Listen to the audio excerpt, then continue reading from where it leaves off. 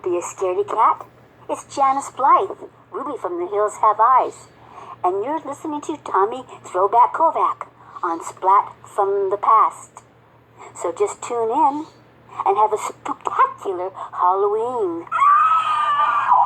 Hey dudes, welcome to Splat from the Past, the only 80s themed horror and sci-fi show where things could get totally radical. Now today, I will be welcoming a very talented, very beautiful lady from 70s exploitation movies, and I am talking about Marcie Barkin. Yes, Marcie Barkin was in so many politically incorrect exploitation movies like Kitty Can't Help It, The Boob Tube, Chesty Anderson's U.S. Navy, and she was in that timeless horror cult classic, Fade to Black, celebrating its 40th anniversary. I just love that movie, and I'm having her on the show today to talk about all that stuff, and it's going to be fantastic. I just love Halloween October, don't you guys? And I'd like to say happy birthday to the late, great Stevie Ray Vaughan. Today, he would have been 66, same age as my mother. Happy birthday, Stevie Ray. So, yeah, here is my interview with Marcie Barkin.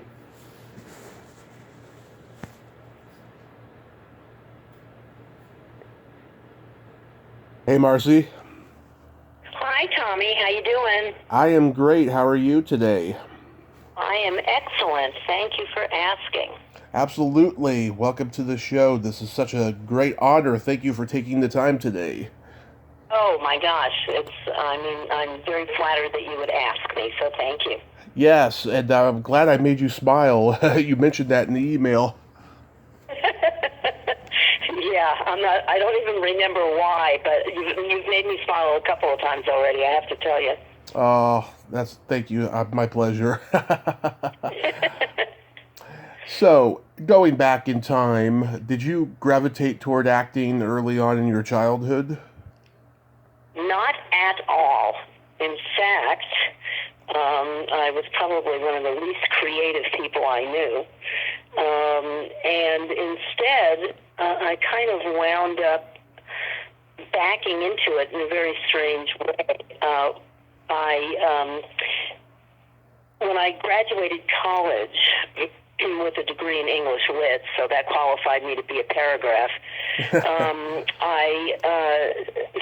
I just took a job to earn some money, and I became the secretary to the creative director of an ad agency. And to make a very long story short, we were missing the casting. We couldn't cast one of the parts, and it was like a gal from the 30s or something, and we'd seen everybody in town, and I had been running all the tapings and everything, and I said, we've seen everybody, and the creative director looked at me and he said, wait a minute, you could do this. So they put me in a Chevy commercial, and that was it. I mean, after that, they said, hey, you can do this, and I enjoyed it. Of course, the very first thing I did was MOS, which is without sound. And so, of course, it was easy because the director just told me what to do, and I just kept doing it. I didn't have any lines or anything. But after that, I got an agent, and then it took forever until I booked something after that, another commercial or whatever, and that was the beginning. I had never had any desire to be an actress or studied it or anything like that. So I've always said that your destiny knows better than you do. Yeah. What you're supposed to be doing, because that's sort of what happened to me. That's so true. That's so true. You had never even done at least a school play before that? I think I did one school play that I was forced into doing in grammar school. It wasn't even in high school, and I thought it was okay, but it wasn't like you read about these actors who say I got the bug, I did the performance, and I felt the applause, and that was not at all my experience. I don't even know how I got talked into doing it in grammar school, but I did, and then never touched it, never thought about it again. Wow. And then once you... No, it's very, very strange how it all came to be, but certainly once it hit, meaning I didn't book my first commercial after that first Chevy one for at least a year, and then I did a commercial for what was called TJ Swan Wine. This is like worse than out of, a carton or something. I mean, it was just a horrible wine, but I got that commercial, and then it took several years after that one before, anything happened. So, it's the typical story of, you kill yourself for 20 years and then you're an overnight success sort of thing. Yeah.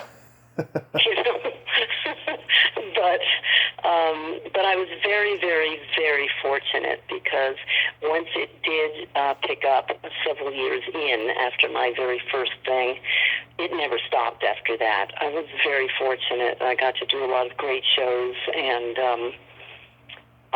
work with some amazing people, and truly, worked through the first, I call it the first iconic age, the golden age of television, because I think we're in one again now. Mm-hmm. The content now is remarkable, with all the streamers and everything. But back then, you had 3 networks. And I was really fortunate because I did, I had recurring roles on All in the Family and Welcome Back, Kotter and The Facts of Life, and I did all of the wonderful comedies, the groundbreaking comedies of that time. Yeah. So I was incredibly fortunate. It was sort of like, I guess, the right, face or the right vibe at the right time or whatever it might be. But I was very lucky, that's for sure. Yeah, and once you were in it, did you take any acting classes and study with anybody?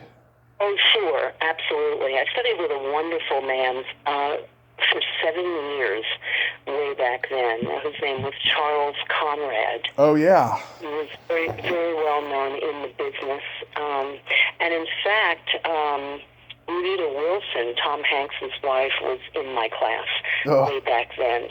And I studied with him for 7 years, and then he told me, I've taught you everything I can teach you, so just go work, which I was doing anyway. He worked with Ving Rhames, studied with him. So everybody, we'd go off and do a project if we booked something, and then we'd come back into class, whatever.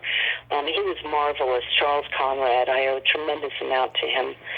He was also the acting teacher who told me, don't you dare think of getting rid of your lisp. For which I was eternally grateful, because I thought I have a sibilant S and my mouth moves funny, and other teachers or whatever had told me, well, you're going to have to get rid of that, and Charles took one look at me and said, that lisp is going to take you all the way to the bank, so don't do anything. And that's when I knew he was my real teacher. He's right. Yeah, I mean, I have one too. I don't want to get rid of it. It makes us individuals. It makes us part of who we are. I had a speech teacher, who was trying to help me get rid of it, but I didn't want it. So, yeah. No, keep it. Yeah. I think that at this stage of life, I think we're all mature enough to know that it's those quirks that people have that add a certain vulnerability. And typically that's something that's very appealing, that you're not perfect, right? I mean, like way back when the leading man or leading lady had to be, perfect, beautiful, this and that, whatever. Now, thank goodness, character types.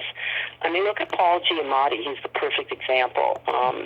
And I actually talked to him about this once. I met him at an event.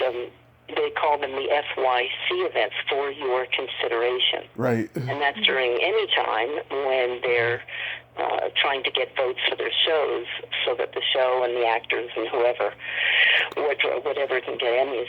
And so I went to an event, and I had an opportunity to talk with him afterwards. And he and I actually talked about this, where, he's a leading man. Yeah. In the old days, not in a million years could he have been a lead, because he's such a character type, physically, Well, he as still well is. as kind of the types of characters that he plays. Yeah. Usually, very vulnerable types, whatever. And so that's a great blessing for those of us who are not models, who are not, quote, perfect, unquote. I think, thank God, life has changed, and we all recognize that everybody has something to offer, and it's not one vision of what is correct. And so we've all benefited from that, and I think the shows have too. Yeah, well, he's like a Gene Hackman. He can be a character. Exactly. He can be a character actor, and he can be a lead. He's one of those type of actors. You're absolutely right. Yeah. Yeah. Yeah. Well, look, even Tom Hanks. He's not classically leading. He's like a oh gosh, I just went up on his name. Back in the Tony Curtis days. Kirk Like Douglas. It Hot. Oh, Jack Lemmon. Jack Lemmon. Yes, thank you. It's like Tom Hanks is the Jack Lemmon of these days. You know what I mean? Jack Lemmon, Jimmy Stewart. Drama, comedy, but is totally every man. It is not a leading man, gorgeous guy kind of thing. Yeah, absolutely. Where are you from originally? Where are you from originally? Born in New York, born in Brooklyn. Nice. Born in New York, raised in L.A. in the San Fernando Valley for sure. My folks moved out when I was about 9, so I was raised in the Valley, went to UCLA. But I definitely have New York DNA. I can't help that. Nice. So I'm going to mention movies and TV shows you were in. Tell me anything you remember, okay? Oh, God. I hope you're not going to grade me at the end of this. No. This is not a test. Don't give me a pop quiz. You're really going to test my memory at this point, but go ahead and we'll see what happens. This is not a test. Thank God. Kitty Can't Help It. Oh, my God. Well, that film is an homage to the fact that when you're an actress, I imagine when you're an actor too, and you're just starting out, you do absolutely anything that they want to book you for, because you want the experience. So there was one guy in it who was very well known. You're probably going to know this, since you're sort of like an inventory of all these things. What was his name? It was a terrible film. It was a B movie.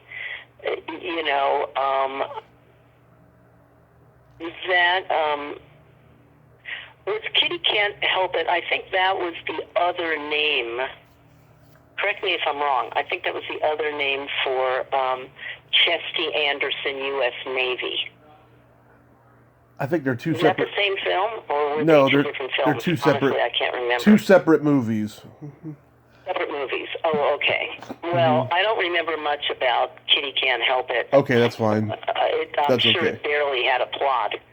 What I remember about Chesty Anderson, which was another one of those low-budget, early B movies that I did, what I remember about Chesty Anderson was that I was the only one who did not have a double D bra size. Chesty Anderson, U.S. Navy. We were all waves in the Navy.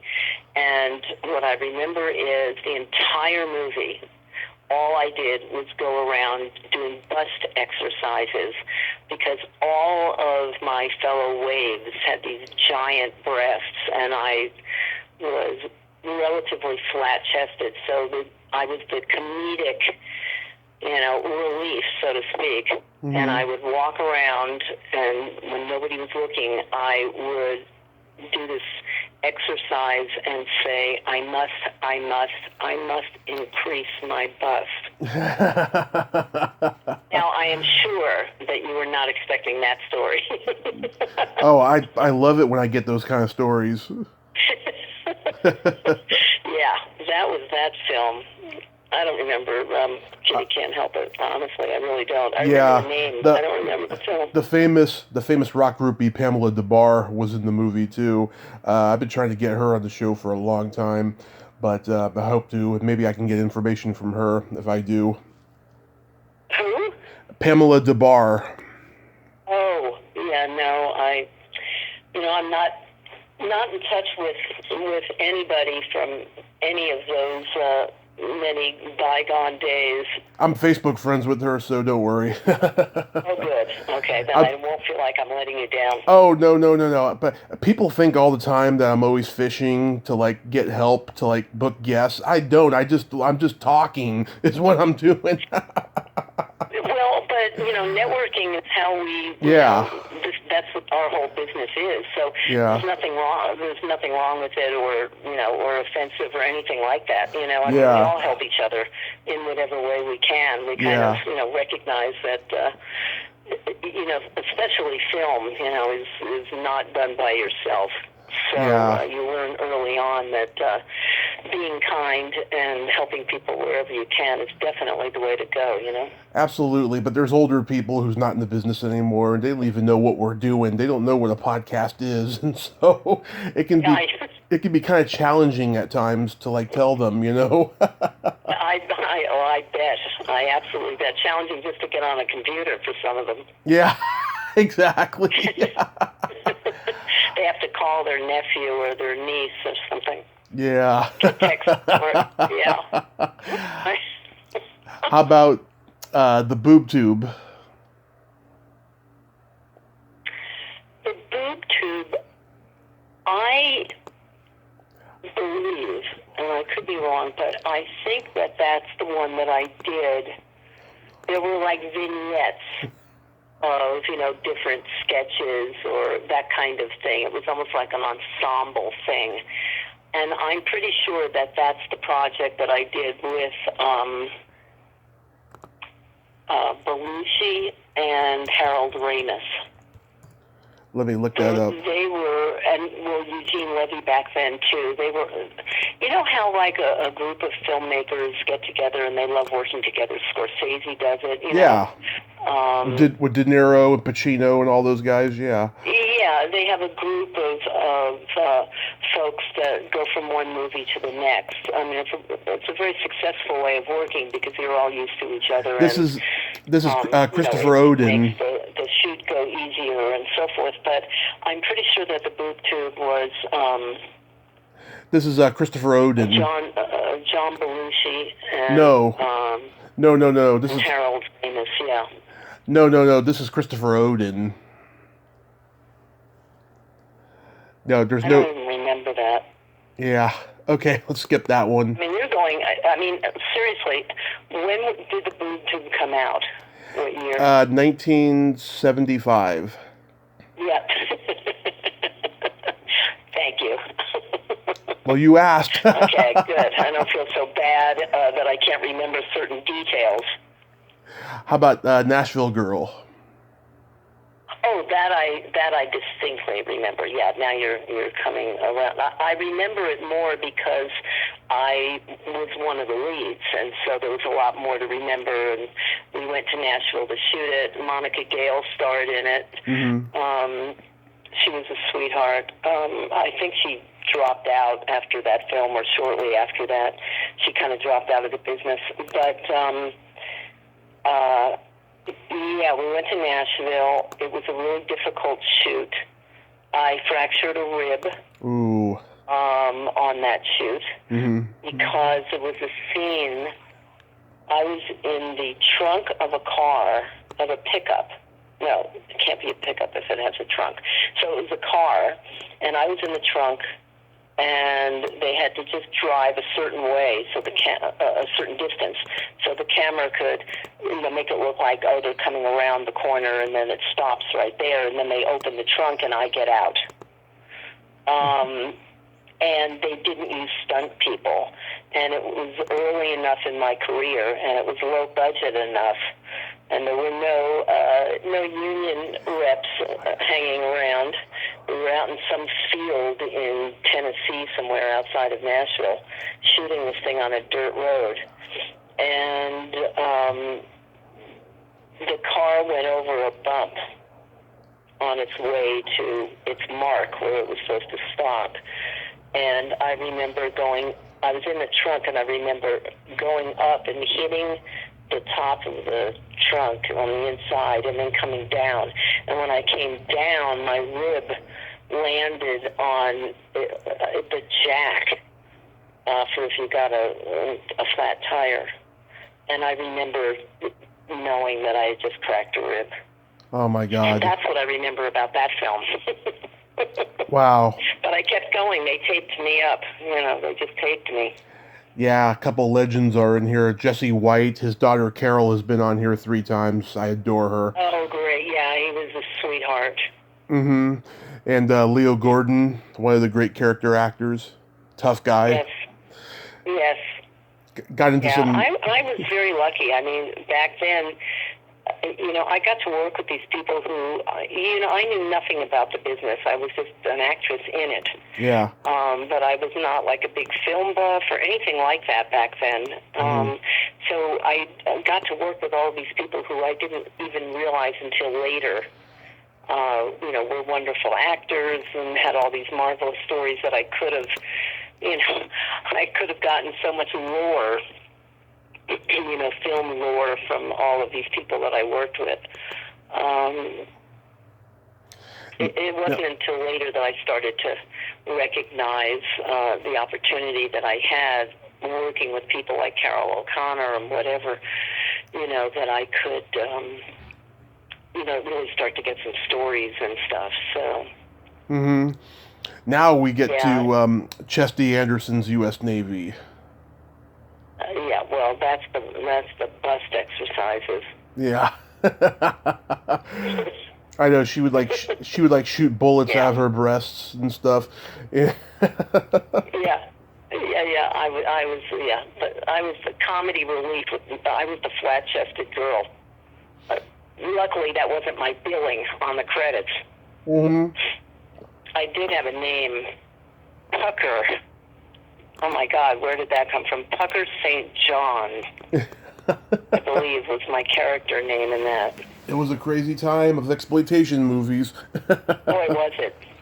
Yeah. Luckily, I never did anything that I could be embarrassed about now. Well, I mean, bad films are bad films, but I mean, I never did anything where now it would just make me cringe.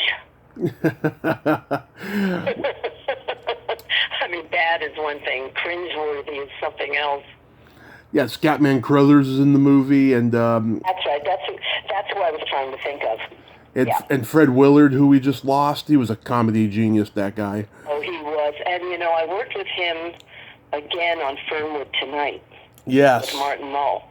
Yeah. I gave birth on the show. That was my character. She gave birth on the show. And you heard me in my birth screams at the end of the first show. And then the second night, they had the guy who played my husband come back on and say I had a boy in the studio last night. Yeah, that was part of the thing. Fred Willard was wonderful, wonderful, wonderful. And Tommy, I don't know. Have you ever heard of a comedy group called the Ace Trucking Company? Oh, of course. Right. Yeah. So I believe Fred was in the Ace Trucking Company. Certainly John Candy was. Yes. And there was another guy named Bill Saluga. Do you know who Bill Saluga was?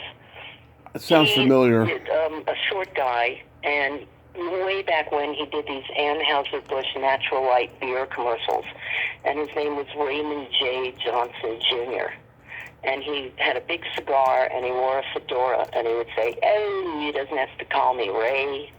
You can call me Ray, or you can call me Jay. You remember that character? No, but I know who you're talking about. Yeah. Right. Well, so Billy Saluga, who played Raymond J. Johnson Jr., was in the Ace Trucking Company with John Candy, Fred Willard, and I lived with Billy Saluga for several years, and we used to have all those guys over for dinner all the time. Mm-hmm. And so that's how I knew Fred, even not just from working with him, but from having him over for dinner. What a sweet, wonderful man. And John Candy was fabulous, too. Lost him way too soon. Oh, yeah, my great uncle was a good friend of his. He was a cinematographer in Hollywood. Yeah. I know, what a shame. Believe me, we could have used his humor all these years. Oh, yes. Oh, God, just think about all the things he could have done. It would have been wonderful. It would have been wonderful to see. But we think of him so fondly, so that's the mark of a good life. Mm-hmm. Welcome back, Cotter. You were on. Oh, that was great. Oh, I have a great story. About Welcome Back, Cotter. Okay, so I had a recurring role. I was the editor of the school newspaper, the Buchanan Bugle. And I was always trying to get an interview with the Sweat Hogs. But I was too straight. I was like a Barbara Walters, and they didn't want anything to do with me. Mm-hmm. But during the course of being on that show, John Travolta and I became friends. Yeah. And he came to my dressing room one day and he said, listen, I'm going to be doing my first feature, and I'm going to be starring in it, and it's called Saturday Night Fever. And I said, okay. And he said, you would be absolutely perfect for the lead. I said, really? He said, yeah. He said, because we need somebody who I have a rapport with. He said, and you and I have total chemistry, which we did. And he said, they're kind of looking for a redhead. There you are. And, it would be great. So, you need to call, I forgot who the casting director was, but she knew me, I knew her from other things. And so he said, give her a call and audition. Mm-hmm. And I said, great. So I gave her a call, and she said, okay, well, we're going to send you to New York because the director's there, and we'll just send you there, and you can audition. You'd be perfect for it. I said, great. So they flew me to New York. John, I forgot who the original director was, but anyway, flew me to New York. I did the audition. I got the part. Nice. Yeah. And then 2 weeks before we were about to start shooting, John calls me and he says, you better sit down. So obviously not good news. And I said, what is it? And he said, we lost our director. He said, they won't tell me. They call it, creative differences. He said, but I'm a nobody. This is just my first film. Yeah. So they won't tell me anything more like what it really was. They're just saying creative differences. He said, and we're supposed to start shooting in 2 weeks, as you know. So all the permits are arranged, everything is all done, the schedule's done, and now we don't have a director. So they went out and asked a lot of different directors, and people were already committed, couldn't do it. They found one director who said that he would do it, John Badham. But he would only do it on the condition that his girlfriend, Karen Gorney, would play the lead. Mm-hmm. And so they had to do that. So I lost the lead part in Saturday Night Fever, which would have given my whole career a very different direction, obviously. Yeah. She got really bad reviews. They had no chemistry. John was beside himself because he said, I don't have any chemistry with her, and we're supposed to be, really in love with each other, and blah, blah, blah. Anyway, there's a Hollywood story for you. Awesome. Yeah. Welcome to the world of rejection, disappointment. If you have the personality that cannot take that, this is not the business for you. Oh, I'm coming up in a day or so, 1,000 interviews. I've never taken no for an answer. Oh my God. Good for you. Yeah. 1,000 interviews. Oh my God. Yep. I'm going to have to start listening to them. I should be a lot more popular than I am, but yeah. Yes, but it's the quality of your fans that counts. That's what I've said my whole life. No, the quality of my product, I think, more so. Oh, and that too. Yeah. Yeah. That's the starting point. How about the Harvey Korman show? Oh, I love that. Another wonderful, wonderful, wonderful man. Oh, and I have a funny story about that show, about the audition process. Mm-hmm. The show was about, he played an acting teacher. Right. And so I was auditioning for one of the students, one of the regular parts. There were going to be like maybe 6 regular students in the class, and that was the premise for the show. Yeah. So I remember talking to him for a few minutes. He was very nice, and I thought to myself, well, he's talking, to put me at my ease, right? So that I won't be nervous for the audition or whatever. Yeah. And I kept waiting for him, to hand me a scene, because my agent who sent me, on the audition had said, well, they haven't told us anything except he's an acting teacher and you'd be auditioning for the part of one of his students. But there was no script, no sides, nothing. So I kept waiting for him to, hand me a scene to read or whatever, but he didn't. Instead, he said, listen, we're still working on the script and stuff like that. He said, but we also want to hire actors who, are good at improv. Mm-hmm. So that, if we want to add a little bit of that, or if it's funny, whatever, we'll have the flexibility of doing that. I said, okay.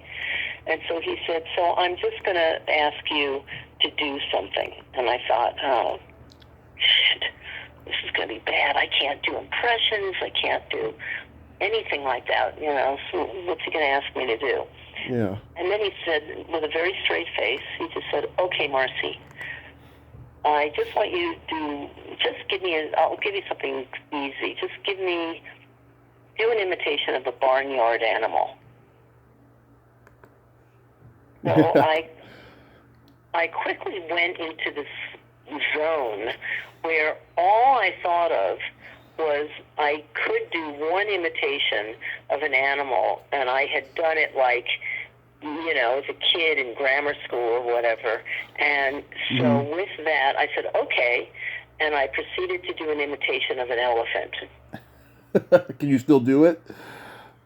Yes, I can. And in fact, I did that same imitation in my web series, Carbon Dating.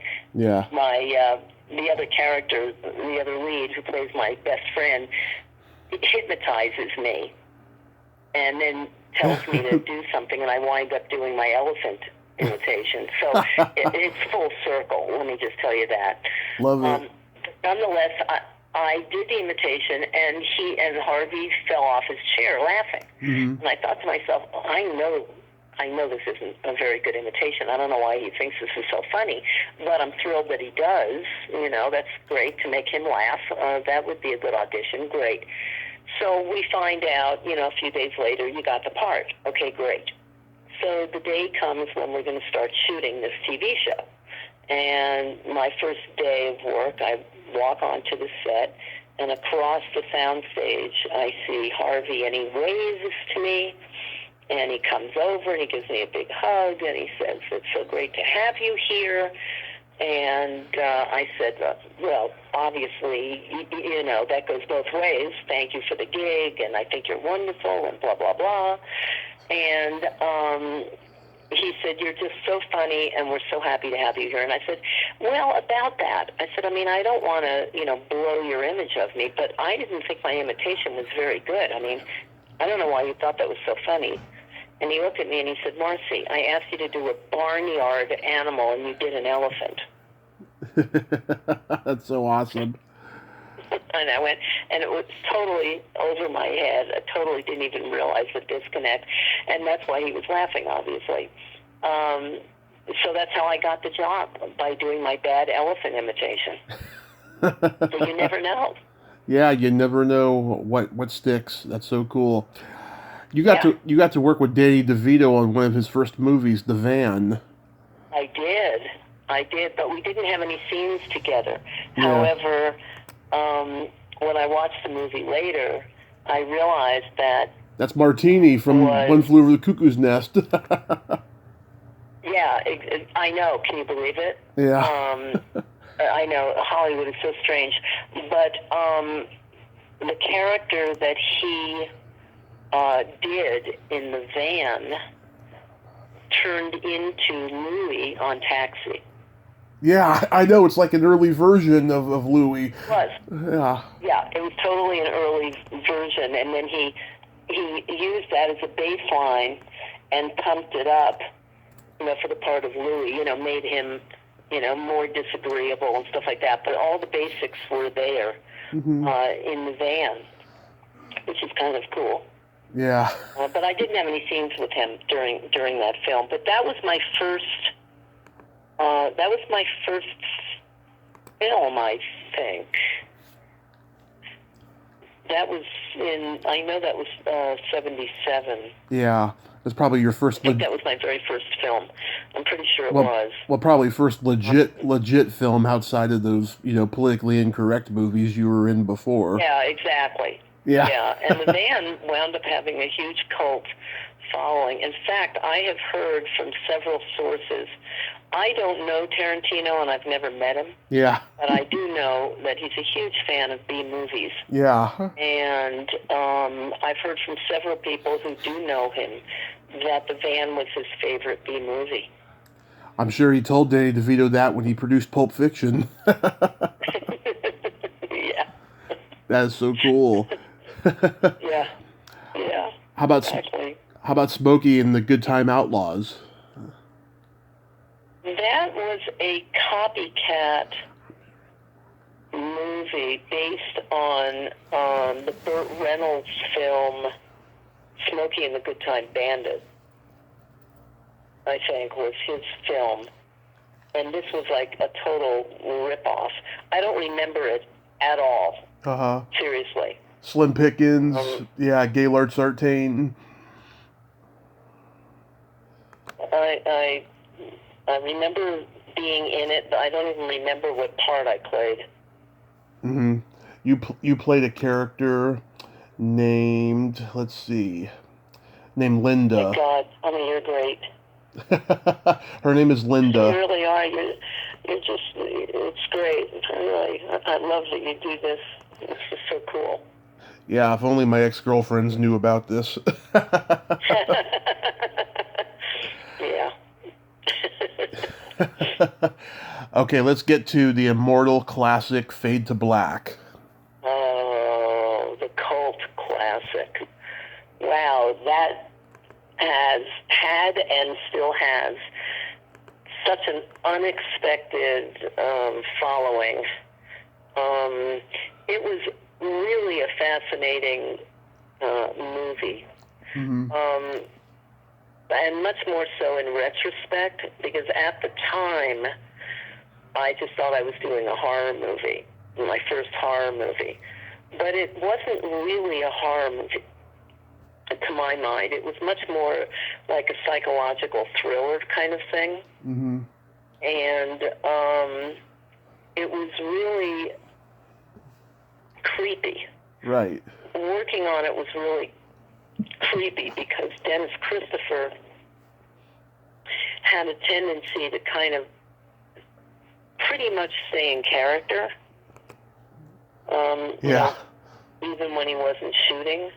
Yeah. So he always, he kind of seemed like, what was his character name? Let's see. Yeah, I'll know it the minute you say it. I'm trying to remember. It was Eric. Eric. I was thinking Eddie, and I knew that was wrong. Eric, that's right. Yeah. So it always kind of felt like he was in character, and the character was very, very strange. Mm-hmm. So it was kind of an interesting film to work on. I'd never been on a film where people just weren't, themselves, and all that kind of stuff when the camera wasn't rolling. So it added kind of a creepy vibe to it, to shooting it.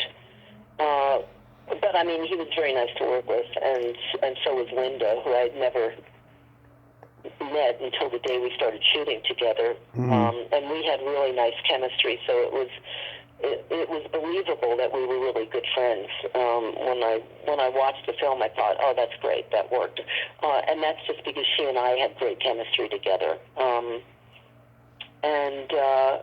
And we enjoyed what we were doing, so it felt, we kind of automatically fell into, best friend, giggly kind of girl thing is kind of what it felt like.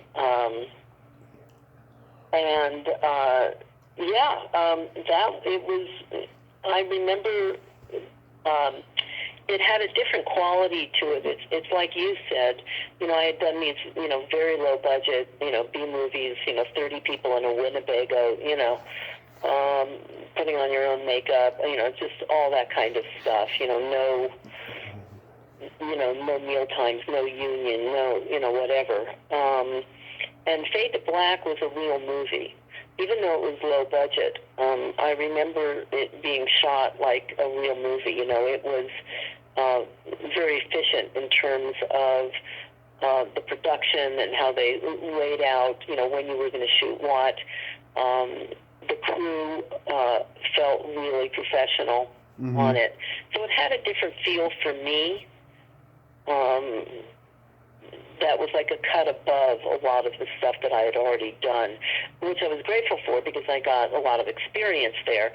But Fade to Black, the popularity of it and the cult kind of status that it has, and I think I mentioned to you that it's being released on Blu-ray. Yes, I did not know that.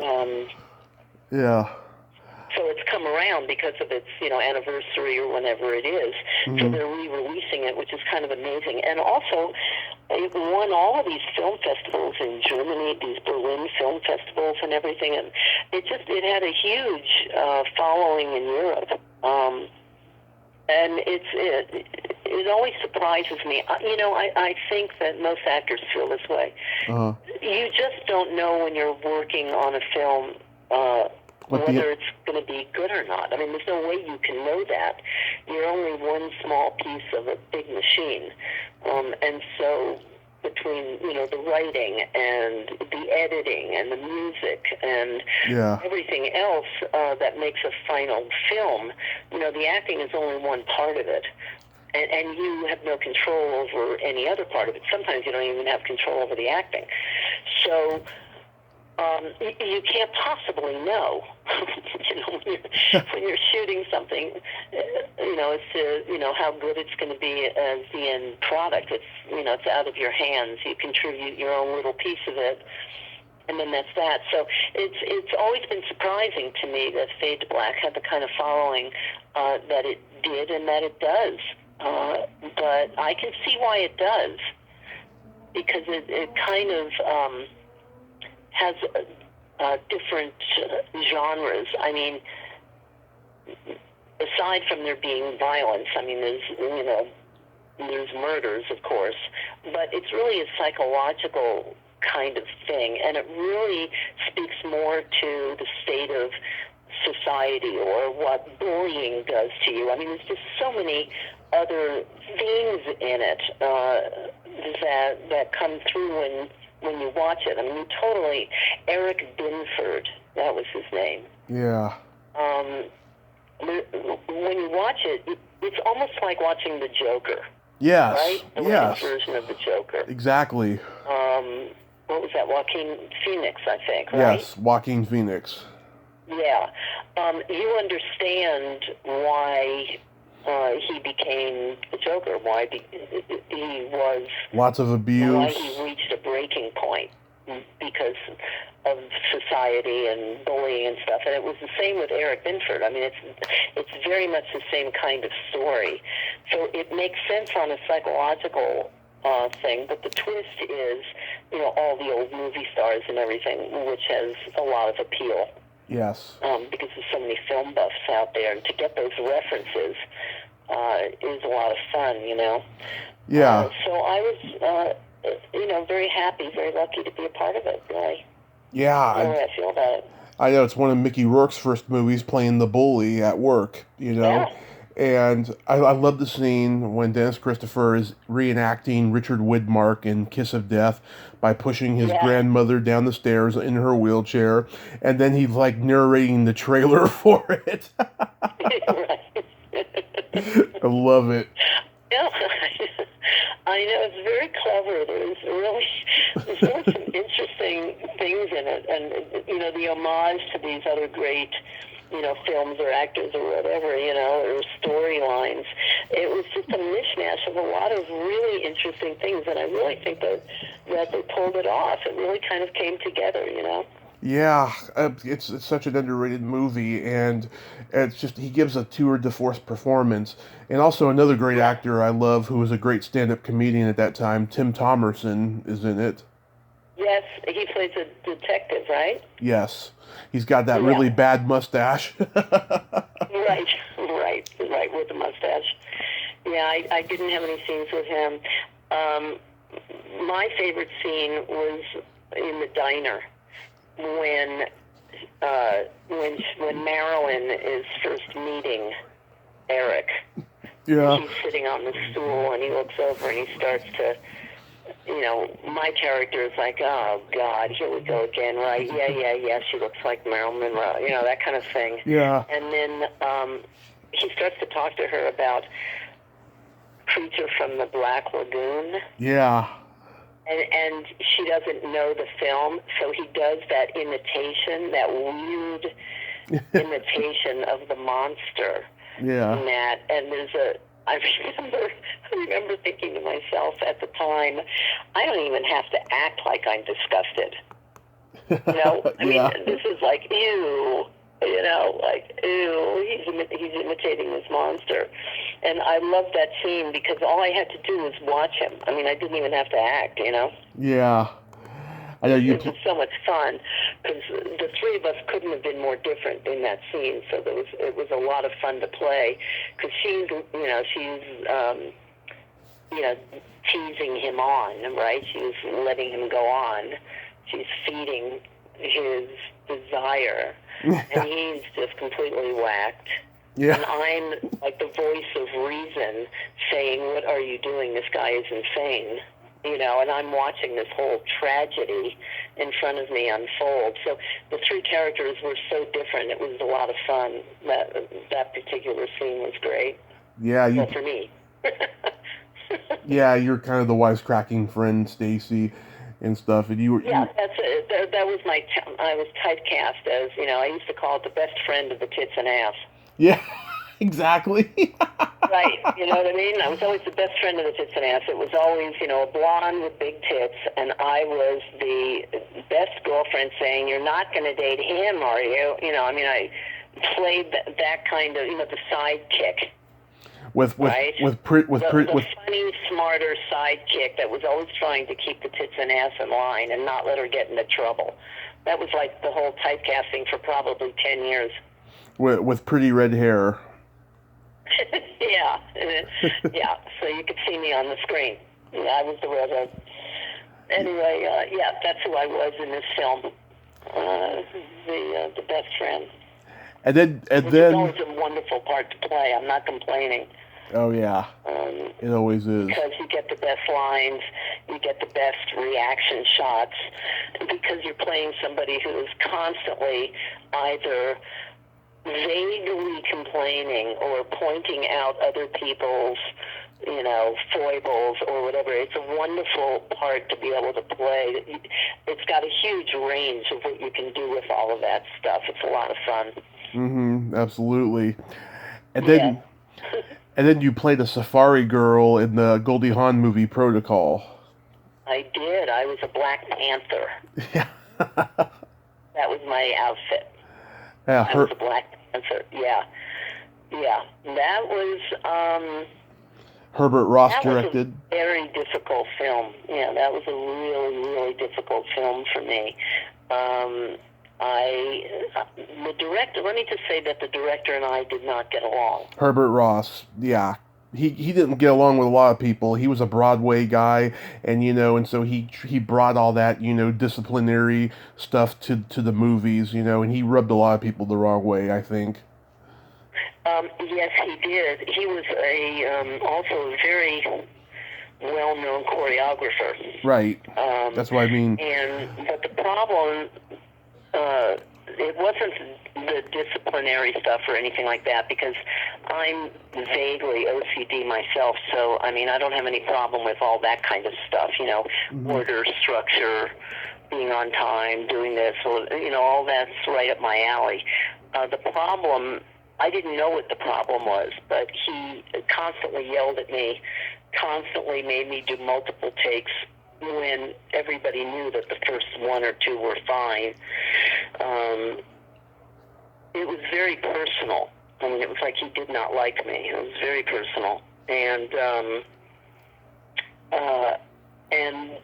I just kind of sucked it up because I'm a professional, so I'm going to be there. They hired me to do a job. And not only that, I really liked Goldie Hawn. And so I really kind of felt that my obligation was to her. She was also executive producer, I believe, on the film. Yeah. And so she had a big stake in it, aside from just being the star of it. And so I really felt responsible for, doing the best I could do for her, no matter how he treated me. But halfway through, I think I was on that film for like 6 weeks or something. And roughly halfway through, when it was really obvious, when all the crew kept, saying, sorry, he's treating you like that, and so nobody knew why, what the thing was, she came to me and said, listen, I don't know how you're taking this, if it were me, I would have quit. Yeah. And I said, well, I'm doing this for you. I'm not doing this for him. Oh. I don't want you to have to recast. I don't want you to have to spend extra money because I leave and now you need another actor to do it. I said, so I'll get through it. And I said, it's obviously there's something personal going on. It can't be anything that I've done, because I haven't done anything. But there's something about me that rubs him the wrong way, and I don't expect it's going to change. So I'm just going to grin and bear it all the way through. She was very, very grateful. And said, thank you. She was very kind. And then we found out that I looked like his ex-wife. We hated. Oh, my God. Yeah. And once we found that out, it didn't make it any more fun, but it took, it took a personal thing to a higher level, meaning, okay, now I really know that it's personal, so now I really am not going to have it affect me. I mean, it's not fun, but it's not going to, get inside me, because this is his problem, not mine.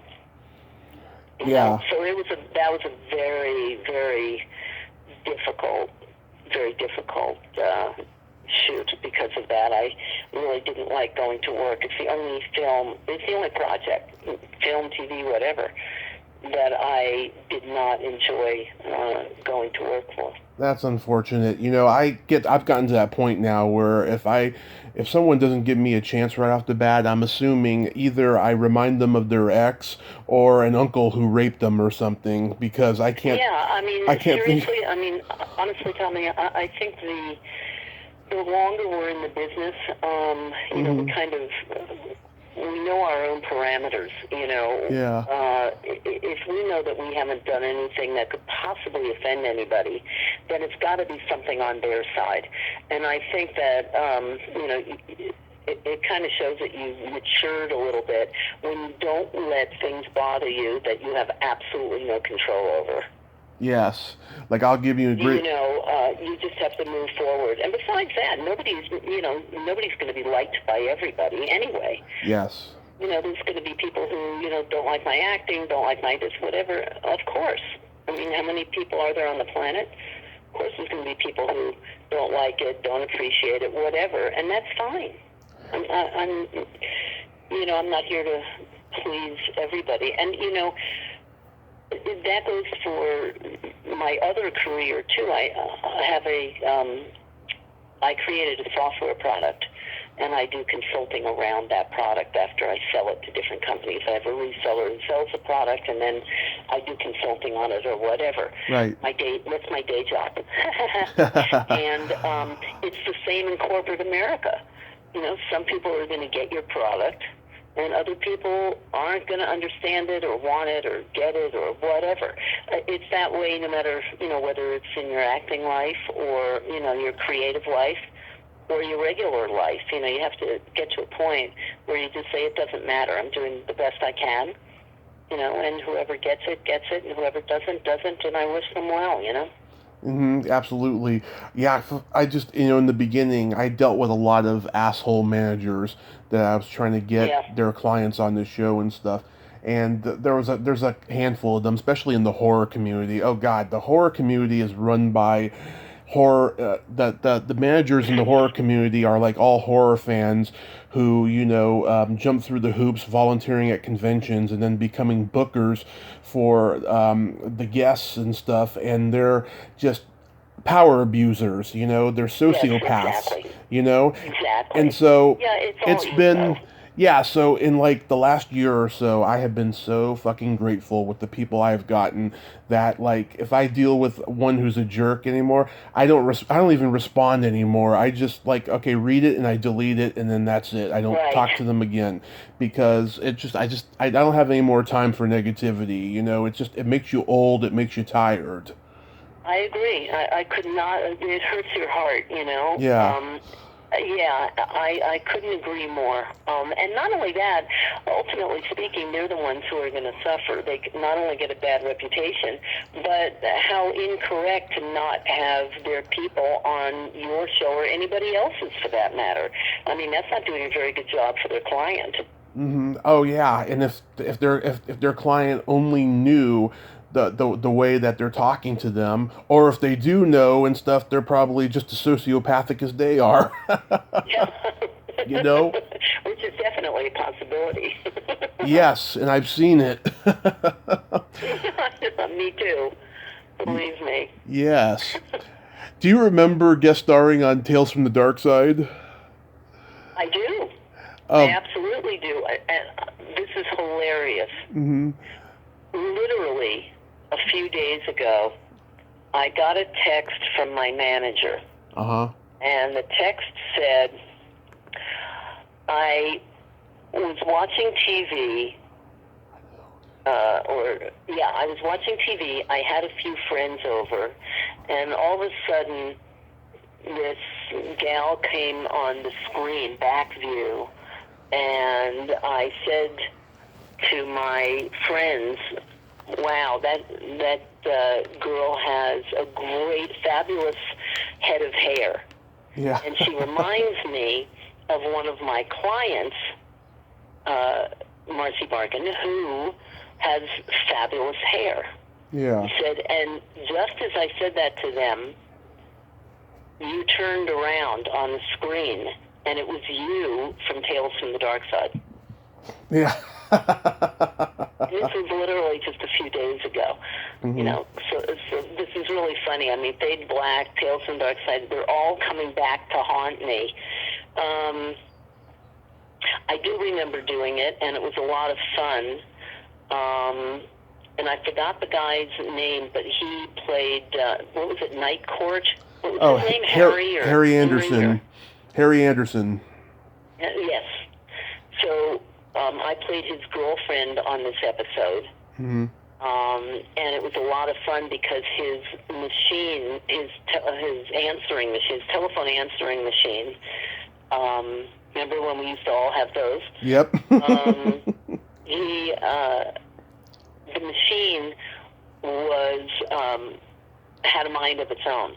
So every time I left a message, it would change my message because we were engaged. We were supposed to be getting married, and I kept leaving messages about something or other, about his mother, my mother, whatever, and the machine would give it to him completely wrong and get me in trouble for whatever it was. So it was a lot of fun, and he was fun to work with. And I enjoyed that. That was a good shoot. I remember that. Tales from the Dark Side. Yeah, Dick Miller was in that episode. I reached out to his wife a month before he died to get him on here, and she said she was kind of rude to me, and she was like, he's busy, next month, and then next month he died, and then about 6 months later I interviewed her, much to her reluctance, and she gave me a very low-key 20-minute interview, and then about 3 months later I went to a convention in Burbank, Son of Monsterpalooza, and she was there, and I was expecting her to be warm and friendly to me, and she wasn't. Of course. Yeah, I was pretty upset by that. Why wasn't she? That's just who she is. She's a very complex person, and if you're a member of her club, she opens up to you and she's warm and friendly to you. That's what I've been told by people and stuff. Oh. Yeah. And so that's a shame. Yeah, I was not doing his memory any favors. Oh yeah, I was pretty upset by that, And it's funny, right? I offended her on Facebook and she unfriended me. I told her this really, really obscene joke, right? And she was such a hypocrite. She was half naked in the movie The Graduate, playing the stripper in the strip club, and she's going to be offended by a dirty joke. I was just like, what the fuck is that?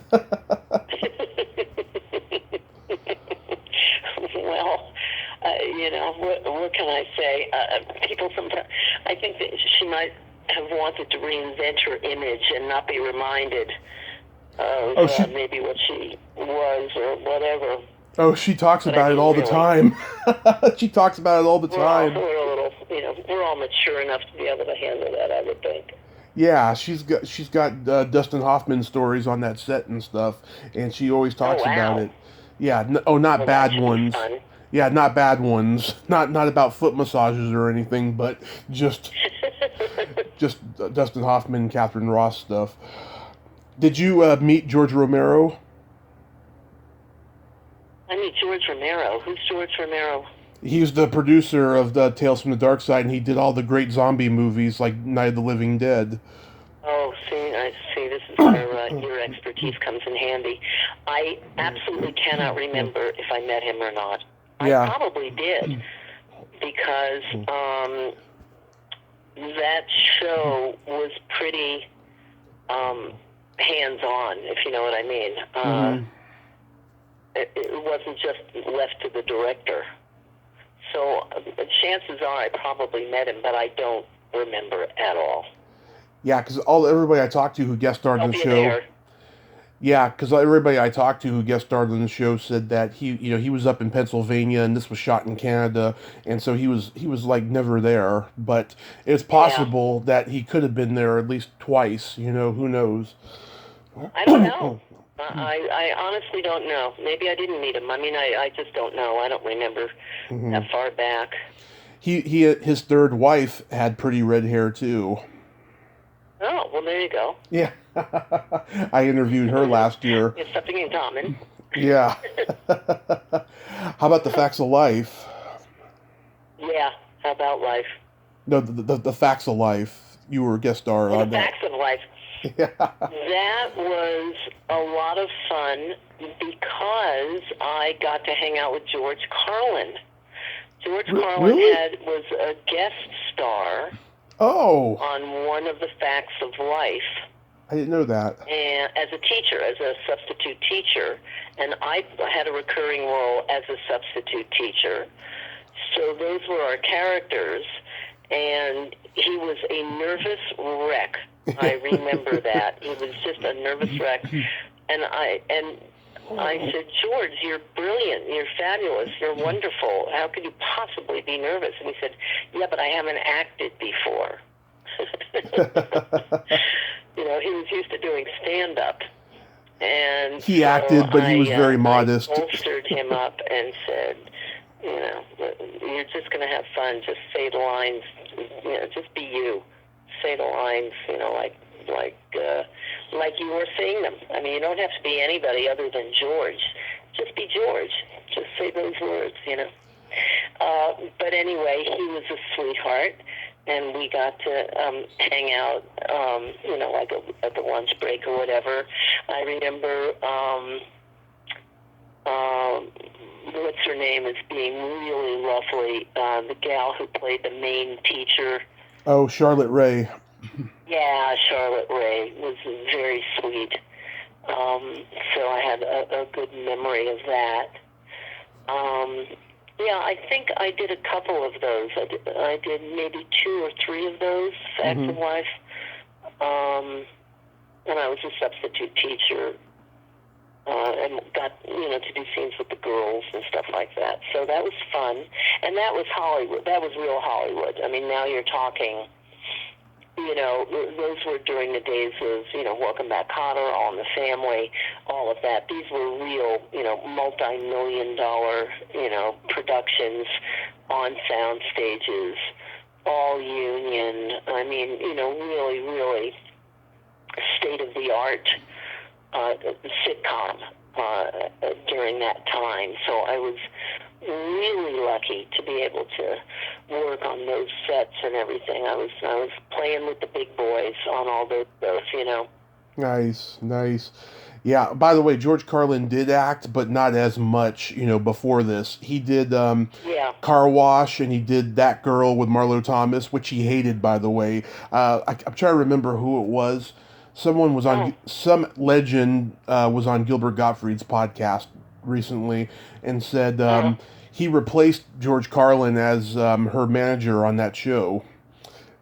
Because he went on the road. He says, I'll take, stand-up gigs, over this any day of the week or something. Yeah, it was his medium.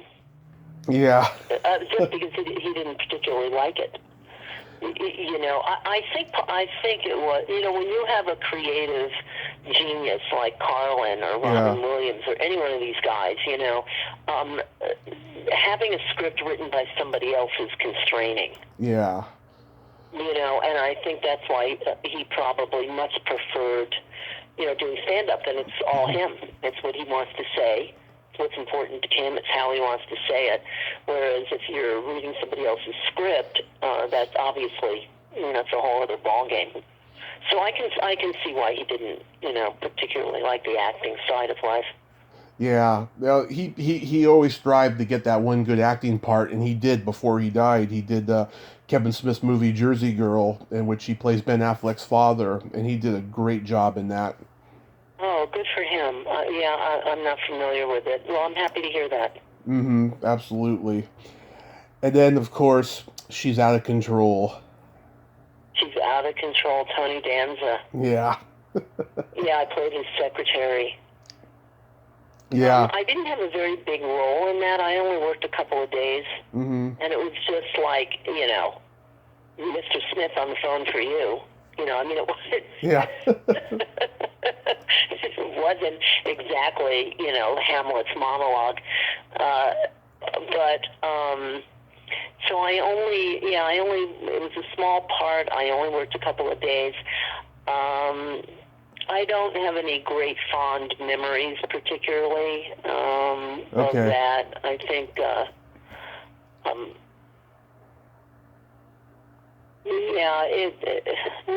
it was kind of a non-experience. I don't know how to explain it. Yeah, you were a day player, right? Pardon me? You were a day player. Yeah, I was a day player for a couple of days. Yes, exactly right. So it was, I went in, I did my job, and then I left. It wasn't, wasn't anything particularly exciting about any of that. I was happy for the credit, for sure, but no particular stories about that. Yeah, I love the movie. I just remember, Wally Shawn plays a psychiatrist, and he says that a boy thinks about sex 649 times a day.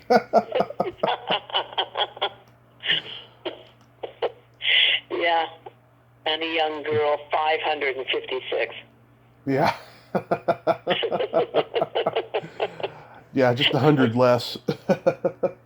Did you see, speaking of Sean, did you see I don't know if you attended them, but they had the table reads for Princess Bride and for Fast Times at Ridgemont High to do a fundraiser for the Wisconsin Democrats. Did you happen to watch it? No, I've never even seen a table read, to be honest. You want to Google it. I believe it's still out there. You want to, Princess Bride is one thing.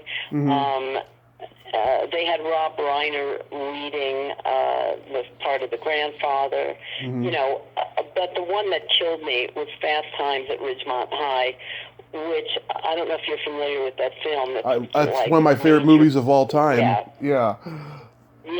Well, Sean Penn, who starred in it, and that was the beginning of his career, did not play that part in the table read. He played a different part, but they had Shia LaBeouf played the Sean Penn role of the stoned surfer. Mm-hmm. And it's hilarious. It was also Jennifer Aniston and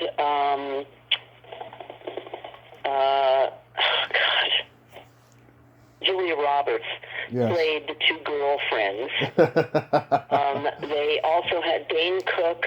Oh, yes, I heard about this. Narrator, and played a couple of the smaller parts. My friend who was in the movie actually was there. Yes, I know about this reading. Yeah. Oh, you have to see it. I'm sure it's somewhere out there on YouTube or whatever. Yes. You've got to watch the reading.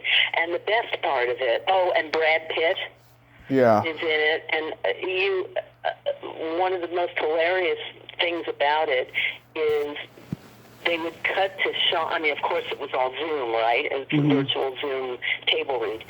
But they would cut to Sean Penn laughing hysterically at the way LaBeouf was doing his part. It was great. You really should watch it. You of all people would laugh like crazy. I'm sure it's still out there somewhere. It's wonderful. Yeah, it's only been a couple of weeks, but I'll check it out on YouTube. That'd be great. Yeah, definitely worth watching. A lot of fun, a lot of laughs. Yeah. And they all did such a great job. It was a real homage to the film, and to Sean Penn, really. Yeah. It was great. That's so awesome. So did you leave acting for a while? Pardon me? Did you leave acting for a while? I left acting for 25 years or something like that, yes. I did, kind of unexpectedly, kicking and screaming, I left acting. I had a mentor at the time who said it would be a good idea if I got out of the business at the height of my career, because you have to remember this was back, in the 1970s and 80s, right? When I had my whole first career, because now I'm back in Hollywood, I'm doing my second career there. But the whole first time was it was a very different age. It was a very different time. And my mentor at the time said, look, Hollywood is not the place for a woman who works in front of the camera, because they only want young women. Mm-hmm. It's an industry that's based on youth, and you're not going to be able to work. I mean, the parts are going to dry up because they don't hire middle-aged women.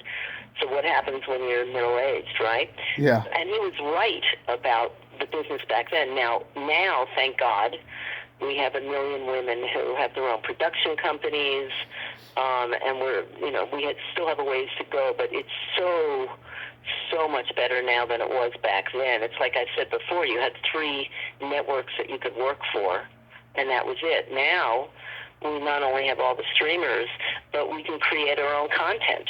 Right. And get it up there and show it to people and stuff like that. So it's a whole different world. So back then, he said, it's not going to be a pretty sight. You aging in front of the camera is just not going to play. There just won't be parts.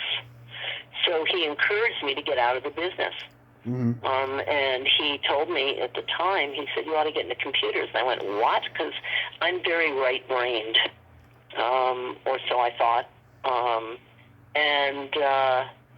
He said, yeah, you ought to get into computers because it doesn't matter, race, sex, religion, sexual preference. None of that matters.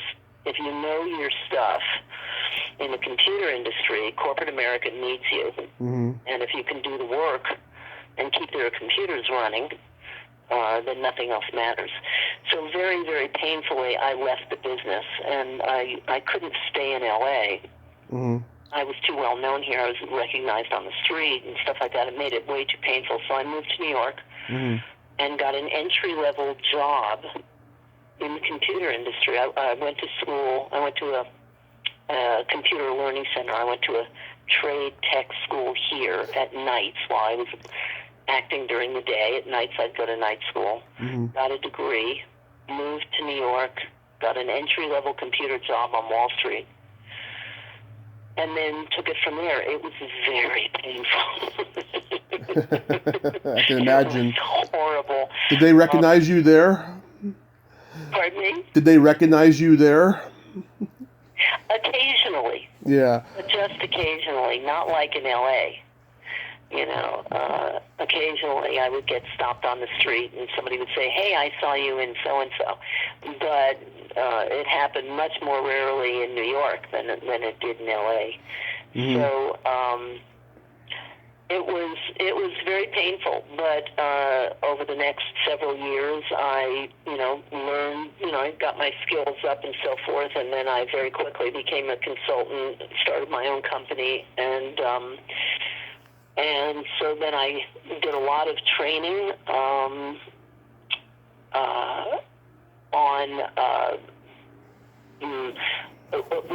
their data modeling tools, helping database administrators design better databases. And this is, for companies like, Wells Fargo Bank, and, it's all the huge billion-dollar companies.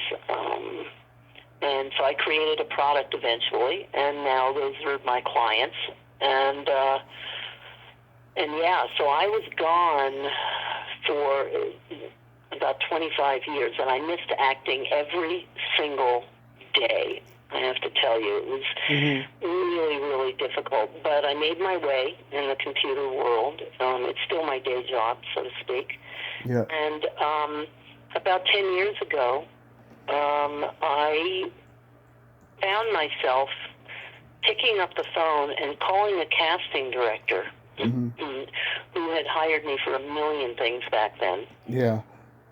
And I said, hey, I'm thinking of coming to L.A. just for a trip. Maybe you could talk to me about the business. I've really missed it. And he said, absolutely. And I flew to L.A., and we talked for 2 hours, and then he said, hey, your commercial agent is still in the business, and he gets her on the phone. And the next day I went and had a meeting with her, and she signed me on the spot. She said, hey, you're the same, you're just older. Yeah. So that's great. We have parts now for people who are middle-aged. So I said, great. So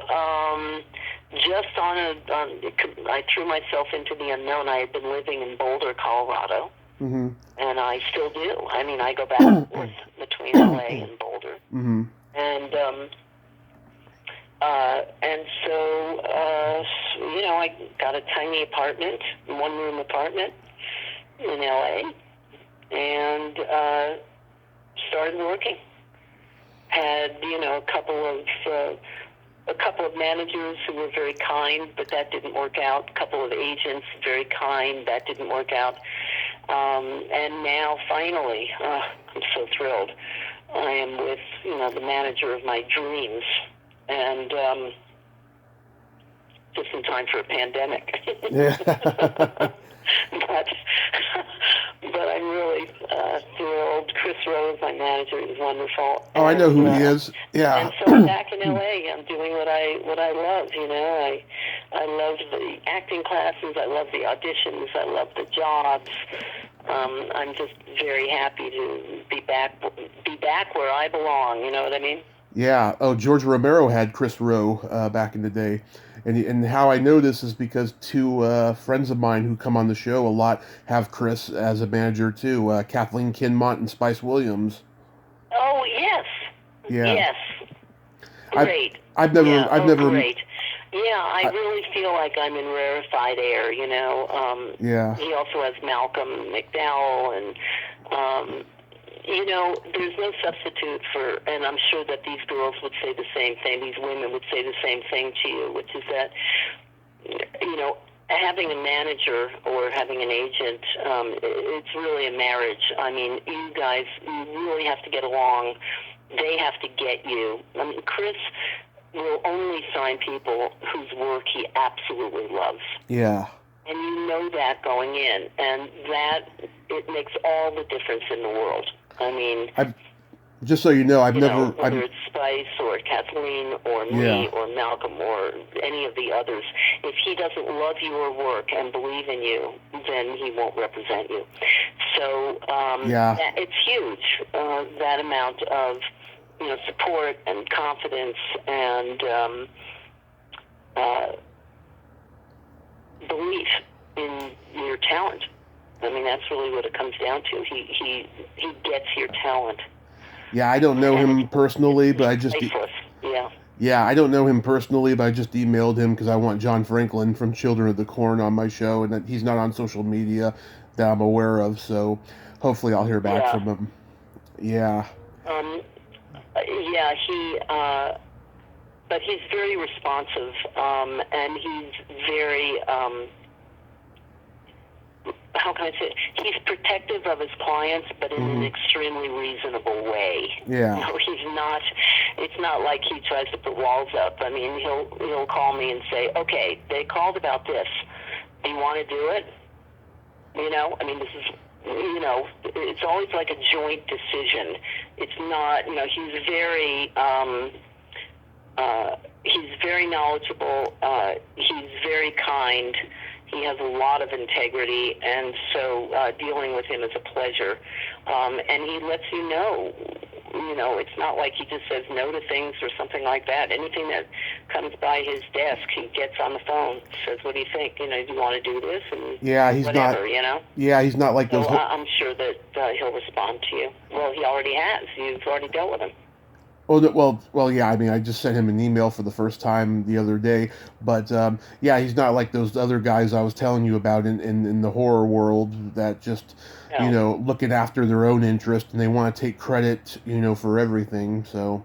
No, not like that. Yeah, no, Chris is very humble. That's good. So tell me about carbon dating.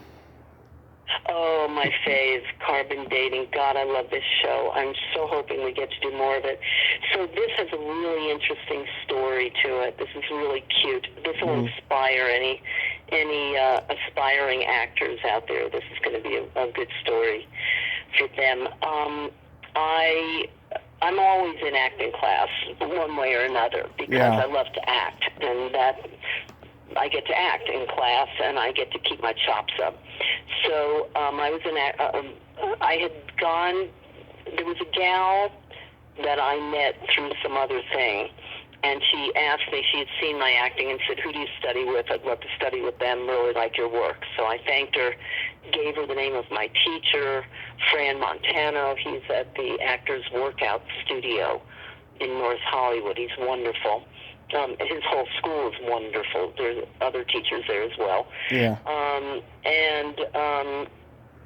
I said, tell Fran that, I sent you or whatever, and just go audit a class, see what you think. So she audited. He put her in the class that I was in because she had done a tremendous amount of theater. She was from the East. She had just come out to the West to start to trying to get in the film, but she'd had a lot of experience as an actress, so he put her in an advanced class. And anyway, we're in class for like a year together. We're not friends socially outside of class, but we know each other from class. So about a year in, we're sitting on a break, and I had just finished doing like 3 web series, but only like 1 day in each. Just one little tiny part in each one or whatever. So we were on a break in class, and her name was Amanda Sarah, and I said to Amanda, she said, "You seem frustrated." I said, "I am." I said, I'm grateful for the fact that I got these gigs, but, it's 1 day, it's one little thing. I said, and webcasts, web series are so fabulous because you really can do anything you want with the content. It's real freedom. I said, I would love to be a lead in a web series. I said, but the problem is that I'm not a writer. And she looked at me and said, I'm a writer. I can write. I said, really? She said, yeah. I said, well, write a damn series. She said, oh, okay. Literally 2 weeks later, she hands me episode 1 of Carbon Dating. And I laughed so hard, I said, oh my God, you have to keep writing. Every 2 weeks, she would crank out another episode until she had 9 episodes. And with these really wonderfully defined characters. The basic premise is it's about 2 middle-aged women, best friends, single, awkwardly dating, living in a youth-oriented society. So, like, one episode is, should we get Botox or not to compete with young women? Yeah. Another episode is we fantasize that the leaders that we have on the ends of our noses are sexy to young men. You know, I mean, it's every middle-aged, you know, horror in terms of, you know, I'm getting older, people don't think I'm hip anymore, or whatever, that kind of thing. It's obviously a comedy, and because it's a web series, each episode is only 5 or 6 minutes. So we decided to shoot it, to make it. So we did an Indiegogo campaign to raise money, which we did. And then it took us about 2 months. We did casting and all of that. Amanda started a production company. We wanted to do it through the union. We did SAG New Media, which means that, you know, nobody gets paid, basically. It's very, very, very, very low budget. It's mostly a labor of love, even for the crew. And all the crew is union as well. It's all, you know, all above board. And the fun part was, the crew was all female, just turned out that way. Yeah. Except for craft services. So with the guy provide all the food, and everybody else, you know, the DP, the director of photography, and you know, everybody else was a woman. It was hilarious. Sound was a woman. Makeup was a woman. Anyway, it took about 2 months for us to shoot it because we only shot on weekends. Because everybody was, you know, working, and this was low budget, so nobody was going to give up a paying gig. So it took us about 2 months, and we shot all 9 episodes. We were in the larger pool for an Emmy. It was the first time that an Emmy was given out for what they call short-form series. Right. It was digital web series.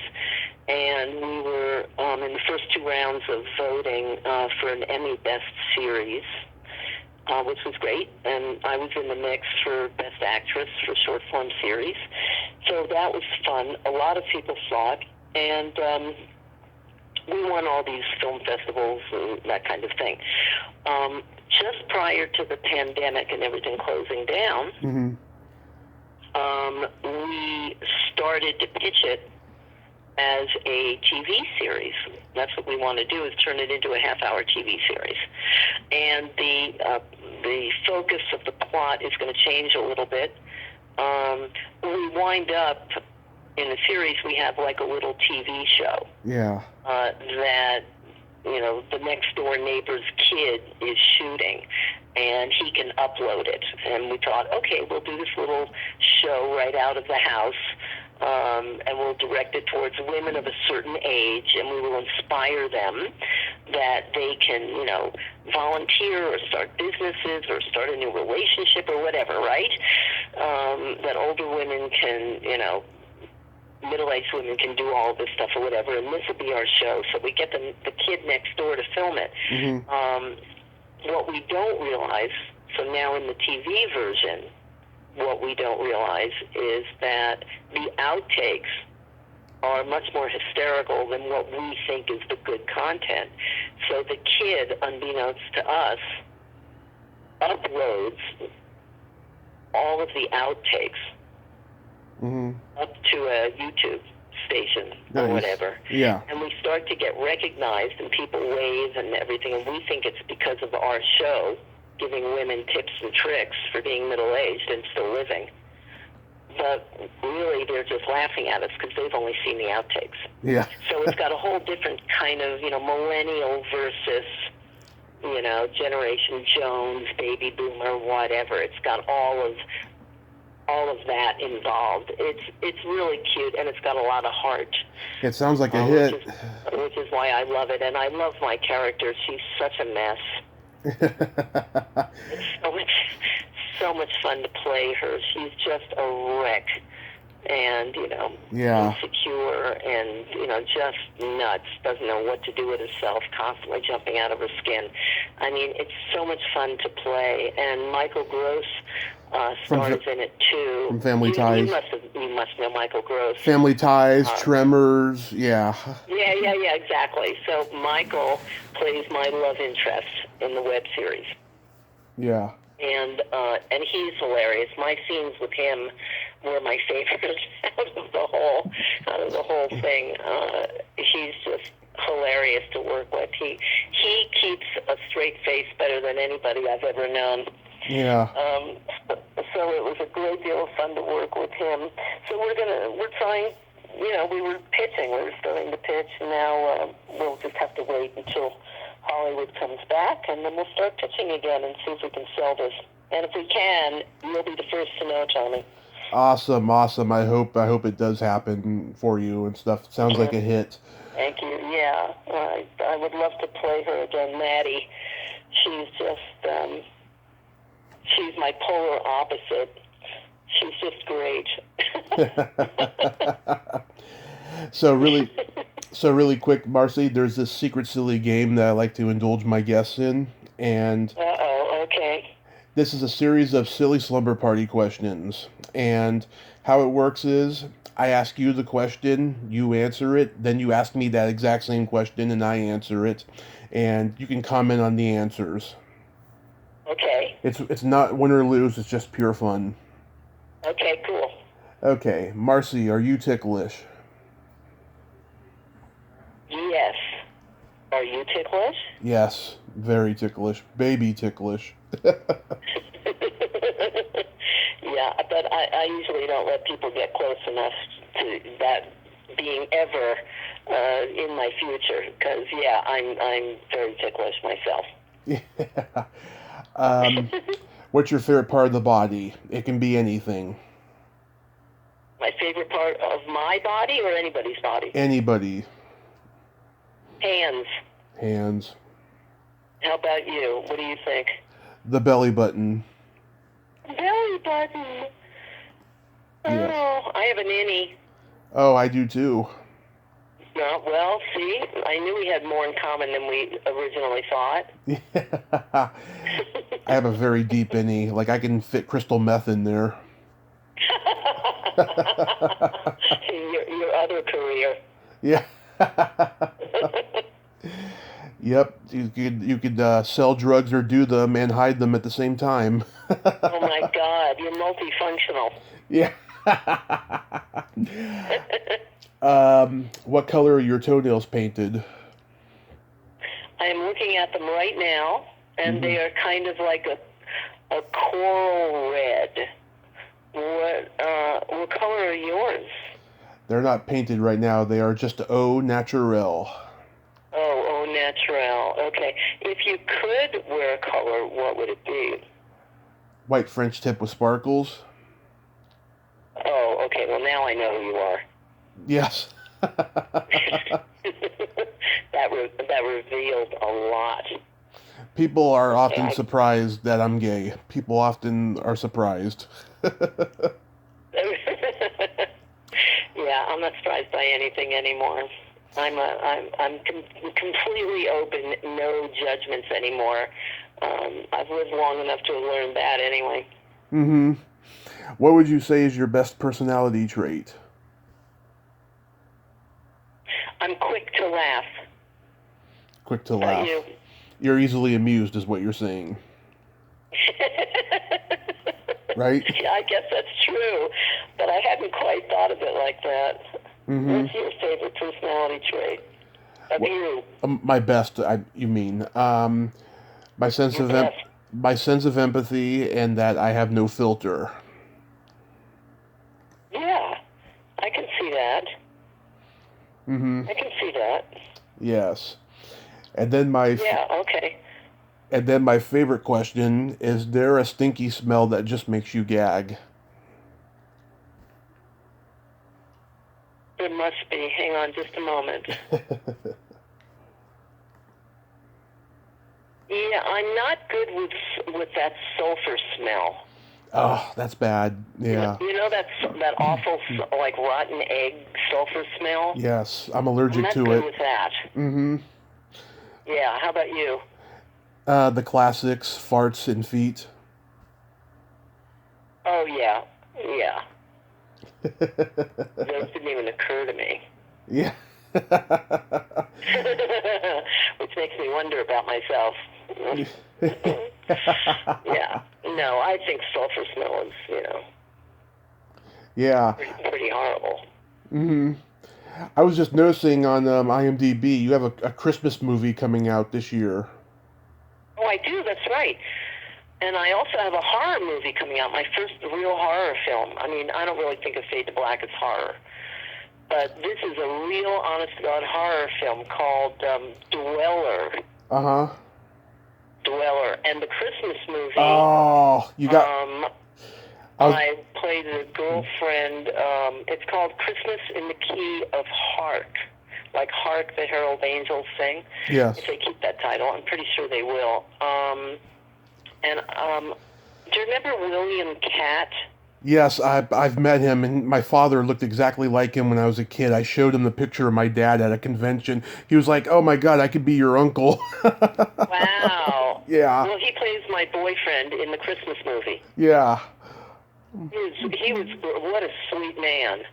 He's a very nice man. Very nice. He's a very nice man. And that was a lot of fun.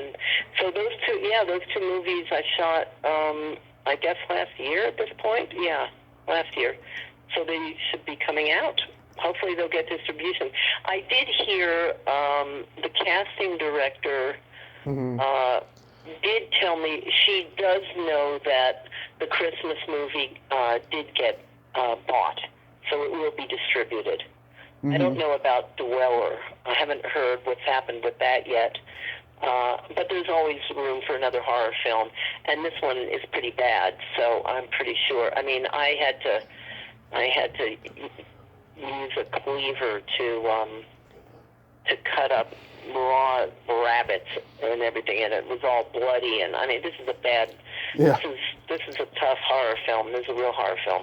I see And here. I play an abusive mother whose children wind up killing her, Yeah. and they cut my throat. So this is not this is a horror film for sure. Yeah, I see Dweller has Lachlan Monroe. I love him. What part did he play? He plays the part of Paul Kingsley in Dweller. Oh, okay. Right.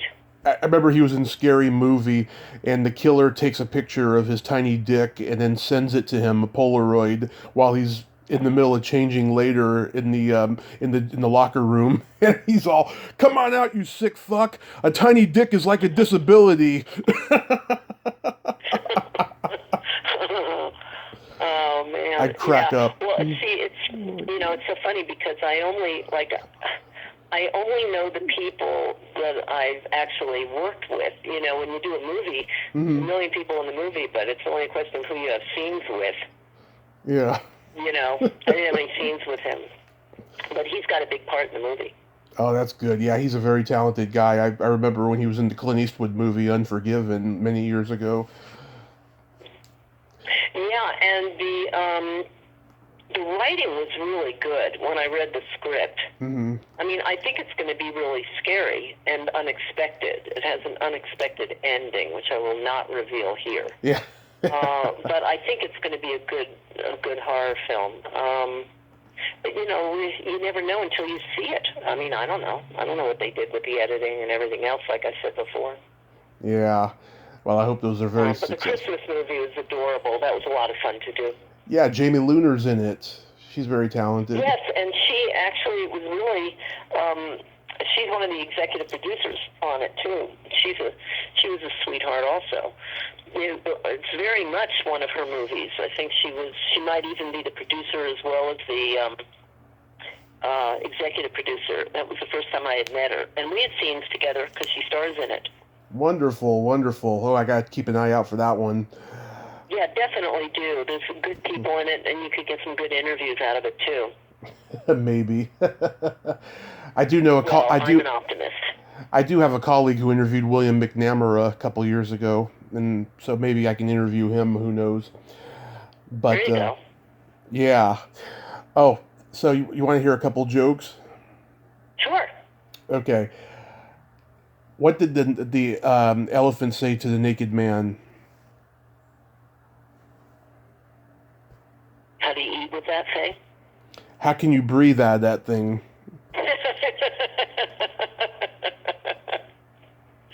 Yeah, it had to be one of those, something like that. Yeah. You know the difference between a golf ball and a G-spot? No. A man will spend 20 minutes looking for a golf ball. Yeah, there you go. That ought to be in a textbook somewhere.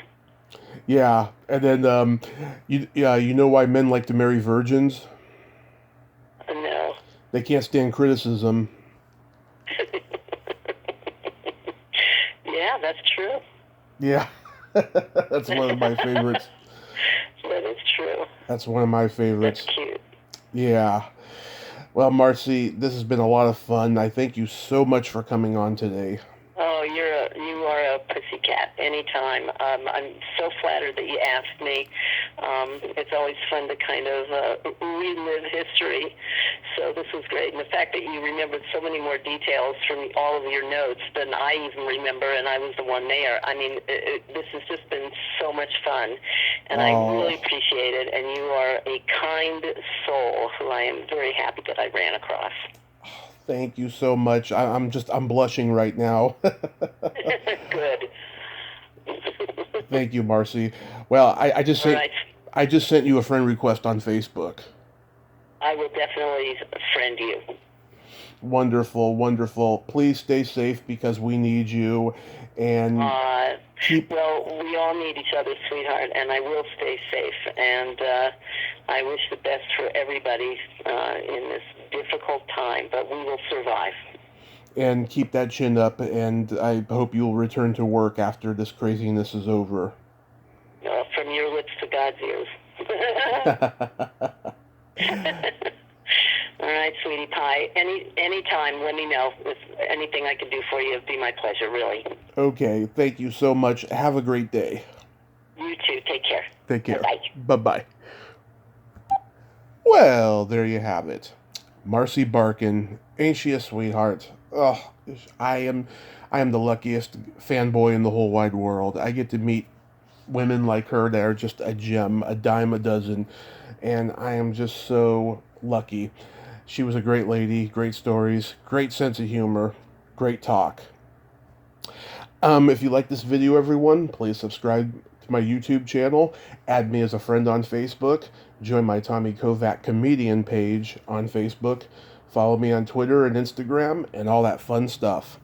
Well, that's all the time we have this week on Splat from the Past.